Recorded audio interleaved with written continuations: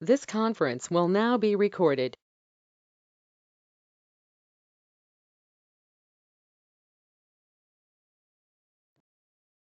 Good morning, students. Good morning, sir. Today I'm going to tell you on respiratory failure. For respiratory failure may be a difficult topic to understand unless you know the ventilation, perfusions, and all those things, mechanics of ventilation itself, etc. If you do not understand, then it may be difficult. But I'll try to actually make it simple, understandable. Okay.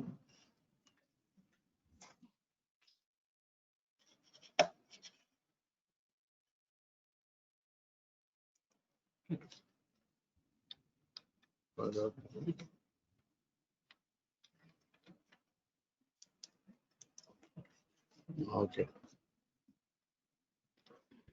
Okay.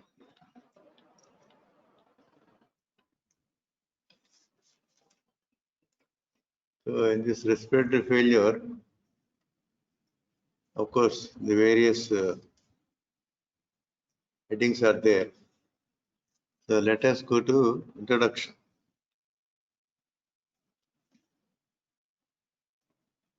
So respiratory failure, what is respiratory failure? Just like cardiac failure, respiratory failure means it's a syndrome in which the respiratory system, the lungs fail in, okay. Also, the lungs fail both. What are the functions of the lungs? One is actually it oxygenates, oxygenation, and the second one is carbon dioxide elimination. The two important functions of the lungs or respiratory system are is when it cannot do, when the respiratory system cannot function like this, then it is known as respiratory failure.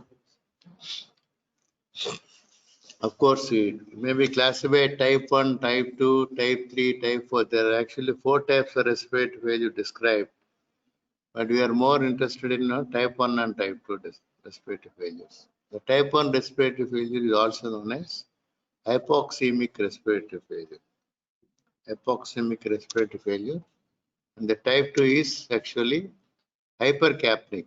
Hypercapnic means more carbon dioxide accumulated in the lungs or in the blood. Then hypercapnia, that is known as hypercapnia, or it is also known as ventilatory failure. Ventilatory failure. The third one is actually perioperative failure. Type 3 failure is known as perioperative failure. Actually, more or less akin to type 1 respiratory failure, where the less of oxygen will be present. The hypoxemia is present. That is in case of perioperative failure, where because of various reasons, And the fourth one is actually shock. That is, it may be due to cardiac failure. So when the blood supply is not properly done to the lungs, and then there will be this fourth type of respiratory failure occurs. That is occurs in failures, cardiorespiratory failure. So, but we are more interested in the first two, type 1 and type 2. So type 1 is, that is hypoxemic failure, where the important finding is hypoxemia. The arterial oxygen PaO2, the oxygen tension of the arterial bed is less than 60 millimeters of mercury. That is the main important finding or criterion. That is less PaO2, that is less than 60 millimeters of mercury. But the PaCO2 is more or less normal. That is normal or low arterial oxygen tension. So this is the most common form of respiratory failure, where you find in most of the lung conditions. So Cardiogenic examples are cardiogenic or non-cardiogenic pulmonary edema, pneumonia, pulmonary hemorrhage. So other conditions are like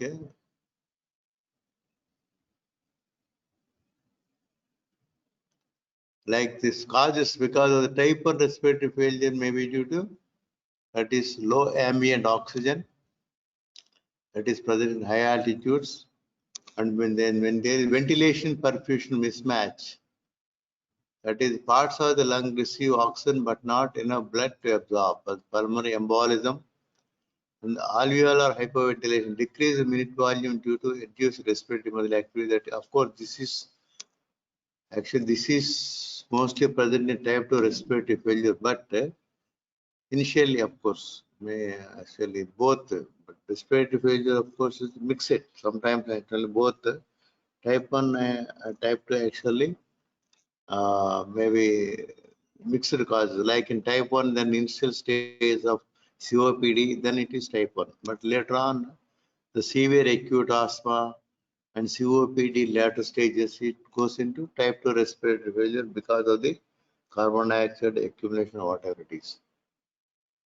And diffusion problem. Oxygen cannot enter the capillaries due to parenchymal disease, like in case of pneumonia, because the alveoli are full of exudate.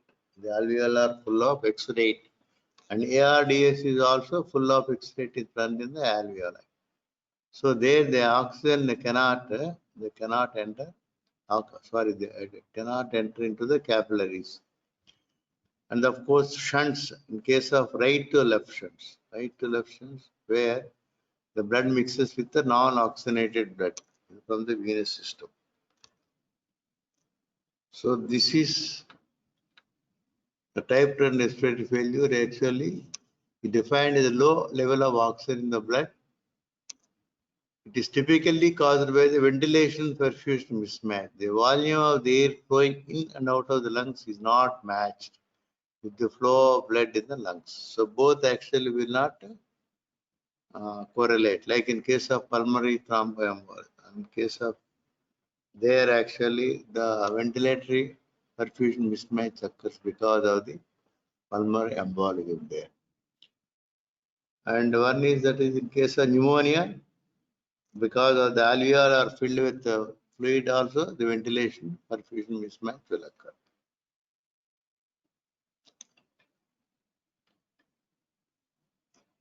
The type 2 respiratory failure is actually the PaO2 is low, but the PaCO2, the alveolar, the arterial carbon dioxide tension will increase to more than 50 millimeters of mercury.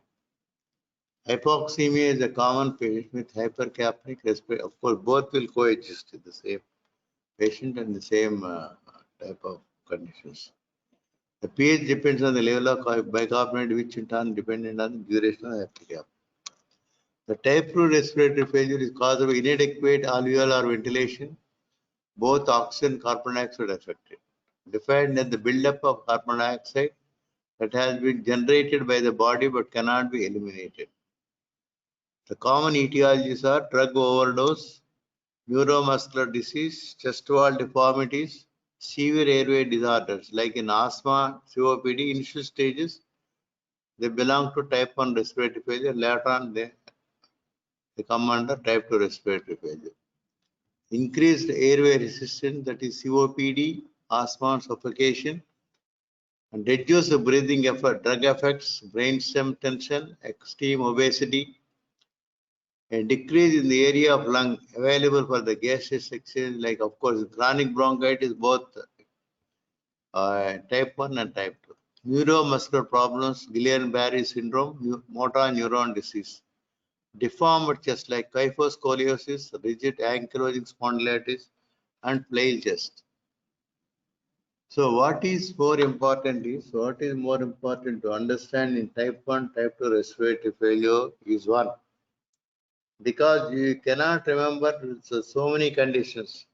You cannot remember, actually there's so many conditions that sometimes you can mug up, but sometimes you may not remember. But what is more important, if you know the pathophysiology, what actually happens in the lungs during type 1 and type 2 respiratory failure, what are the causes of type 1 and type respiratory failure, then you will understand. So simply remembering, of course, is a very difficult task, but if you know the pathology, what happens, then you'll understand. So the type 1 respiratory failure occurs usually the conditions that are present, the conditions are the causes that are present uh, before the pleura. What are the conditions? The conducting system is there, the alveolar, that is respiratory system is there, and the pleura are there. So all those conditions that affect the lungs, right from the chronic bronchitis, bronchial asthma, pneumonia, ARDS, pulmonary edema, pleural effusion, in all those conditions, the affected lung parts are the conducting system, the respiratory system, and the pleura. So there actually the type 1 hypoxemia will occur. Hypoxic respiratory failure occur these. And the type 2 failure usually they are other than outside the pleura. Broadly, you must understand that they are the causes that affect the respiratory system is not only lungs. You must understand one thing. Respiratory system is not just only lungs. Respiratory system is right from the brain, right from the spinal cord, right from the neuromuscular junction. Everything is, they're all the parts of the respiratory, like in respiratory system in the brain. It is respiratory center. And the spinal cord and the neuromuscular junctions. They're all, and the skeletal muscles and the muscles, that the muscles of respiration, like diaphragm and other that is serratus anterior or intercostal muscles, they're all important. They're all part and parcel of respiratory system. So all those conditions that affect the parts outside the pleura, like from the respiratory muscles, the diaphragm or intercostal, whatever it is, serratus anterior, and the spinal cord, and the neuromuscular junctions, and the brain, they are all parts of respiratory system, and they are the causes. And they are the causes that cause the type 2 respiratory failure. Now we'll understand. The understand is like in case of deformed, that is kyphoscoliosis or ankylosing spondylitis or flail chest. There actually the chest wall deformities actually cannot take part into the ventilation. This is known as ventilatory failure. Ventilatory failure is the cause of hypercapnia. And the second one is neuromuscular problems like Guillain-Barré syndrome. And the muscles of the respiration are affected. Motor neuron disease and muscular dystrophies.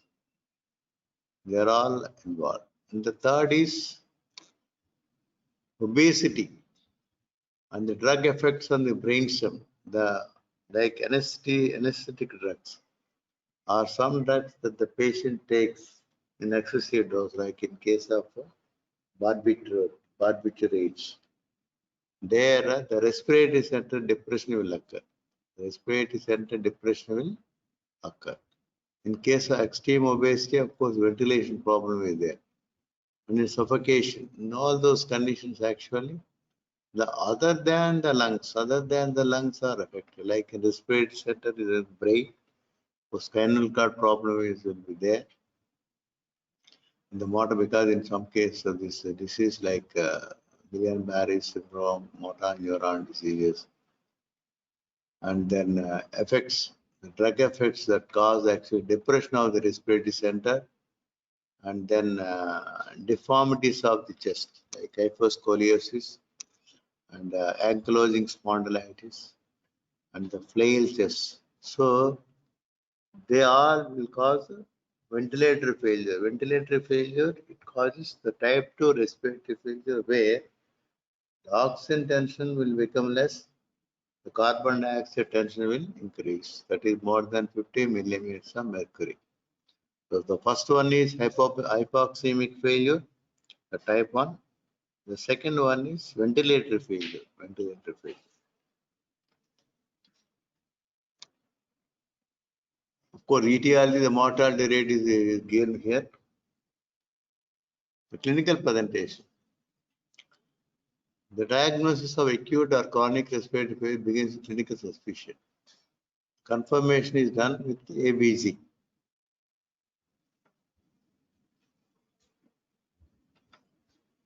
The localized pulmonary findings reflecting the acute cause of hypoxemia. That is, I already told, that is pneumonia, pulmonary edema, asthma, or COPD.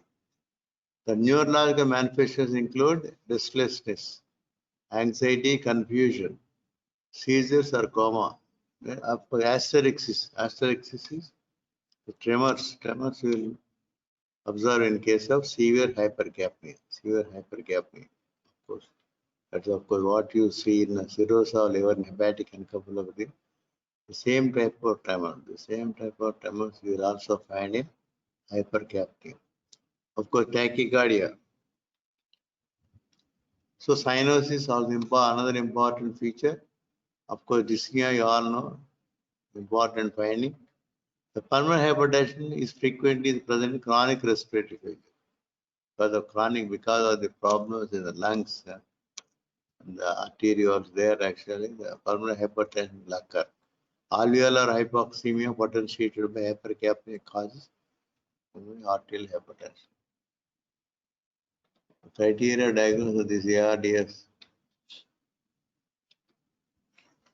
Chest radiography is essential. Pulmonary function tests may be helpful, although more useful in terms of defining recovery potential. The ECG should be performed because in case of type 4 respiratory failure where the cardiac failure is the important cause of type 4 respiratory failure to evaluate possibility of cardiovascular cause of respiratory failure. It also may detect dysarrhythmias resulting from severe hypoxemia or acidosis. ABG analysis should be performed to confirm the diagnosis.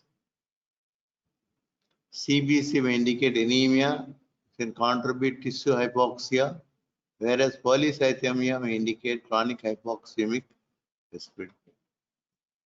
Abnormalities to the renal hepatic function, important cause of respiratory failure. Abnormalities such as electrolytes are important, aggravate the respiratory failure like potassium, magnesium, phosphate. Serum CKB, that is CKMB fraction like troponins exclude recent MI patient with respiratory failure. The chronic hypercapnic respiratory failure, serum levels of TSA should be measured in evaluator. About these are all investigations. Investigations are like what you have to do is ABG analysis, CVP, and then renal function to RFT and LFT, and then serum electrolytes, and then CKMB, and then TSH. They are all important tests that we should do. Chest X-ray, bilateral airspace infiltrates, both.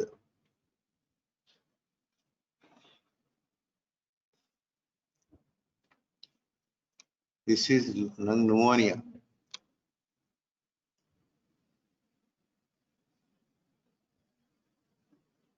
No, it's not pleural effusion. These things, this dark is actually bronchi, that is air bronchograms.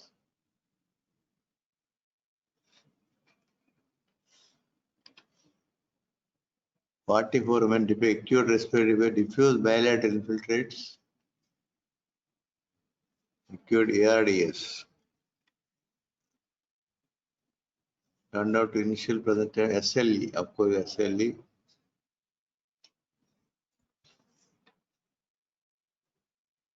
Initial presenter and SLE. Bilateral infiltrates or liquids.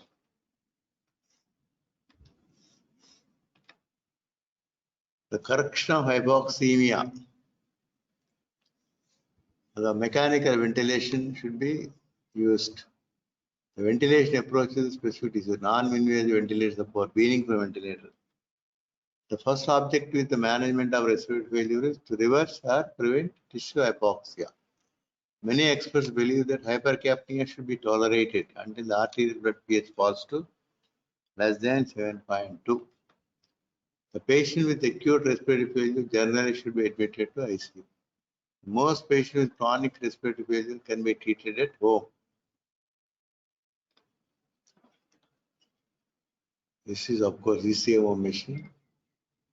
When the airway is secured, attention is turned toward correcting the underlying hypoxemia. Adequate oxygen level should be there. That is, should be more than 60 millimeters of mercury. SaO2 should be maintained more than 90. Of course, oxygen, how is oxygen delivered? Administered via nasal prongs or face masks. In patients with severe hypoxemia, intubation and mechanical ventilation are often required. Mechanical ventilation is used for essentially to increase PaO2 and to lower the PaCO2. And it also respirates the respiratory muscles, because respiratory muscles fatigue may be there. Respiratory muscles fatigue will be there, like in case of type 2 respiratory failure. Type 2 respiratory failure, like in case of MND, in case of Guillain-Barré syndrome, and other causes of nervous CNS, say the respiratory muscles will go into fatigue. So mechanical ventilation tests the respiratory muscles, and appropriate therapy for respiratory muscle fatigue. After the initiation of mechanical ventilation, the ventilator setting should be adjusted on the basis of lung mechanics. A different topic. Then we'll try to take later on. Underlying disease process, gas exchange, response in mechanical ventilation. Of course, SMV is actually assist control ventilation, means the patient actually synchronize ventilation, mechanical ventilation. With the patient with intact respiratory drive, is there. The patient is able to take some respirations. The patient is able to take some respiration. You have to support it. But when there is mild to moderate respiratory failure, good choice. The lowest FiO2 that produces SaO2 generally is recommended. Prolonged use of FiO2 less than 0.6 is unlikely to cause respiratory.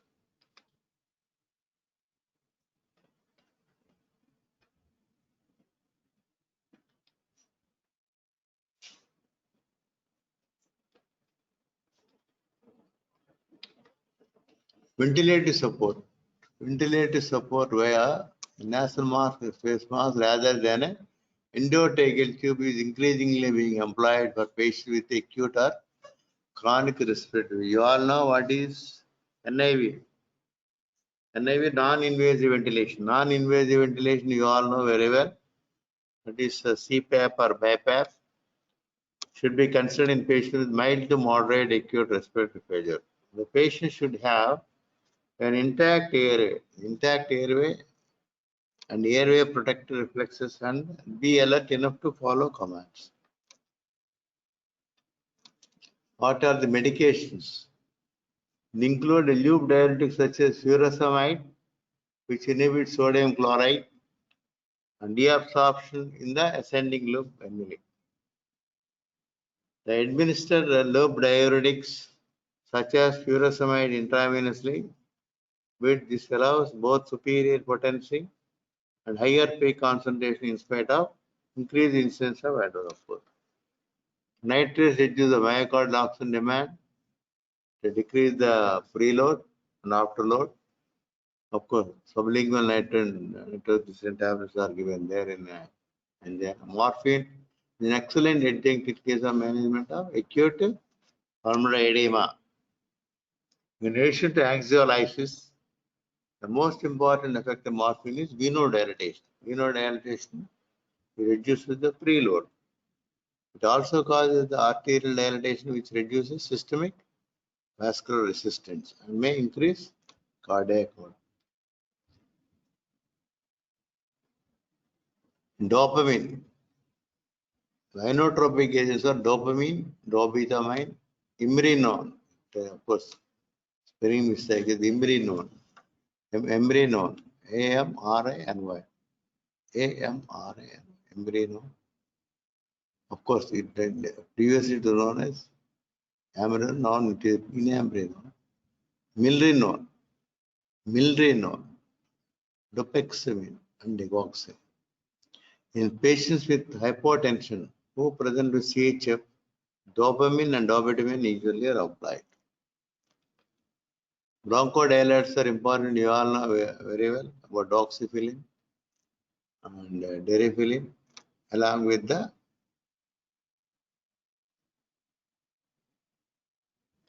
adrenergics, like with the beta adrenergics like salbutamol, terbinafine, like that. They are all bronchodilators. Methyl janths like deriphyllin, aminophylline, of course, anticholinergic, ipratropium bromide, tiotropium bromide.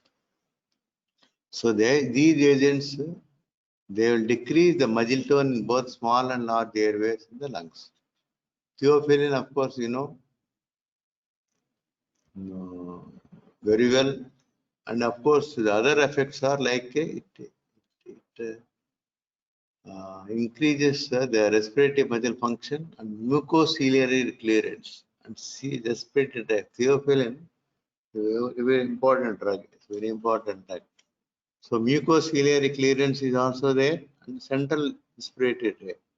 Central respiratory tract is also accomplished. It partially acts by inhibiting phosphodiesterase, elevating cellular CMP, antagonizing adenosine receptors in the bronchi, resulting in relaxation of smooth muscles. Good drug, corticosteroids have been shown to affect and accelerate recovery from COPD exacerbations. Summary of the guidelines.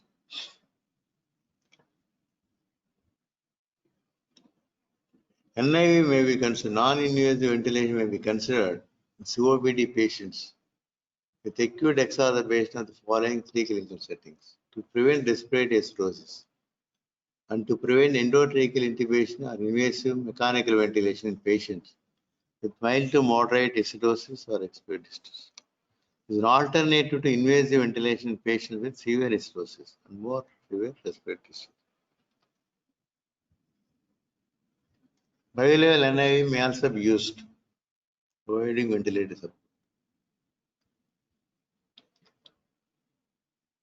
CPAP, a bilevel NIV is suggested for patients with ARF, acute respiratory failure due to cardiogenic pulmonary edema in the pre-hospital setting. LE NIV is suggested for immunocompromised patients with ARF. NIV is also used in case of post-operative ARF.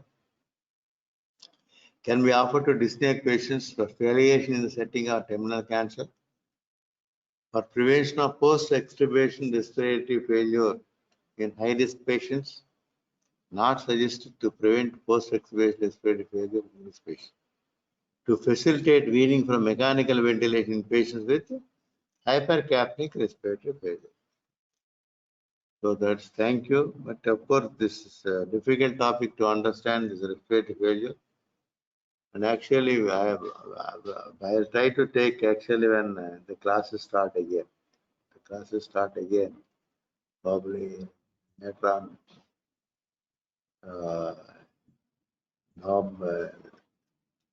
November or December. Then there I'll try to take again the respiratory failure. Then unless you understand the two important things, that is hypoxic failure and ventilator failure, you must understand. You must understand the respiratory system is not just only lungs. There's so many outside things like muscles and respiratory centers.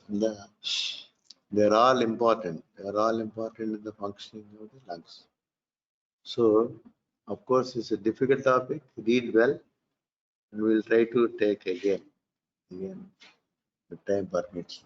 So, thank you, one and all, for your patience here. Thank you.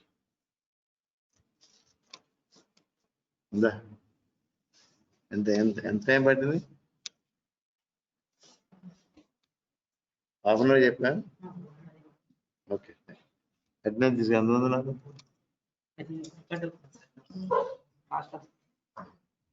Okay, thank you.